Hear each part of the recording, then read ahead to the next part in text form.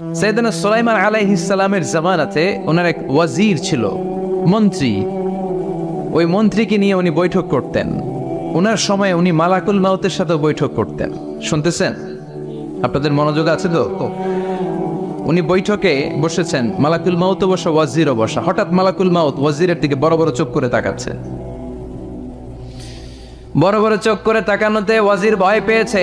হঠাৎ মালাকুল মাউত চলে গেল। ওয়াজির বলে, ও সুলাইমান আলাইহিস সালাম, এই যে লোকটা বড় বড় চোখ করে আমার দিকে তাকালো, এটা কে? সাইয়েদনা সুলাইমান বলে, হাদা মালাকুল মাউত। যে বর্ণনাটা বলছে এটা হাদিস না, এটা হচ্ছে ইসরাইলিয়া, জিউস ট্রেডিশন। কোরআন হাদিসের সাথে কোনো দ্বন্দ্ব নাই, তাই বর্ণনা করা যাবে। বিষ্ণু বলেছেন, বাল্লিগু আন্নি ওয়ালাউ আয়া। আবার বলেছেন, ওয়া হাদ্দিসু আন বানি ইসরাঈল ওয়ালা হারাজ। বনি ইসরাইলের ট্রেডিশন বর্ণনা করো, জিউস ট্রেডিশন বর্ণনা করো, এতে কোনো সমস্যা নাই। ওয়াজির বলে, ও সাইয়েদনা